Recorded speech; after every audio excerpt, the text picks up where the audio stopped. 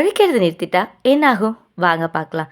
ஒரு மிகப்பெரிய பிஸ்னஸ்மேன். நல்ல ஏஜ் ஆயிடுச்சு. ஆனாலும் நல்லா உழைச்சிட்டு இருக்காரு இன்னமும். அவர் அன்னைக்கு ஒரு நாள் ஃப்ளைட்டில ட்ராவல் பண்றாரு. அப்பவுமே அந்த டைமை யூட்டிலைஸ் பண்ற விதமா நல்லா ஒர்க் பண்ணிட்டே போறாரு. அத பார்த்த ஒரு ஒரு 18, 19 வயசு பையன், "சார் நீங்க இவ்ளோ நல்லா உழைச்சிட்டீங்க. நல்ல சொத்தெல்லாம் சேர்த்துட்டீங்க. ஏன் இன்னமும் ஒர்க் பண்ணிட்டே இருக்கீங்க? ரிலாக்ஸா சாப்பிட்டுட்டு வீட்ல இருக்கலாம்ல." அப்படின்னு சொல்லிட்டு.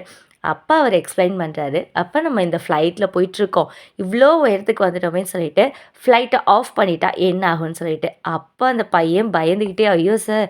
இப்ப ஆஃப் பண்ணா கீழ விழுந்து சொக்கு நூறா நொறுங்கிடுவோமே!" அப்படின்னு சொல்லிட்டு. அவரு சிரிச்சுட்டே சொன்னாராம், "அதே மாரி தான்ப்பா, இவ்ளோ நாள் நான் உழைச்சிட்டேன்னு சொல்லி, இப்ப நான் வீட்ல இருந்தேன் அப்படின்னு சொன்னா, என்னோட மனம், என்னோட உடல் 2மே எனக்கு ஒத்துழைக்காது. திடீர்னு வீட்ல இருக்கும்போது. நான் வந்து வேலை செய்யறதுக்கு காரணம் வெறும் வருமானம் மட்டும் இல்ல, உடல் ஆரோக்கியமும், மன நிம்மதிக்காக தான்.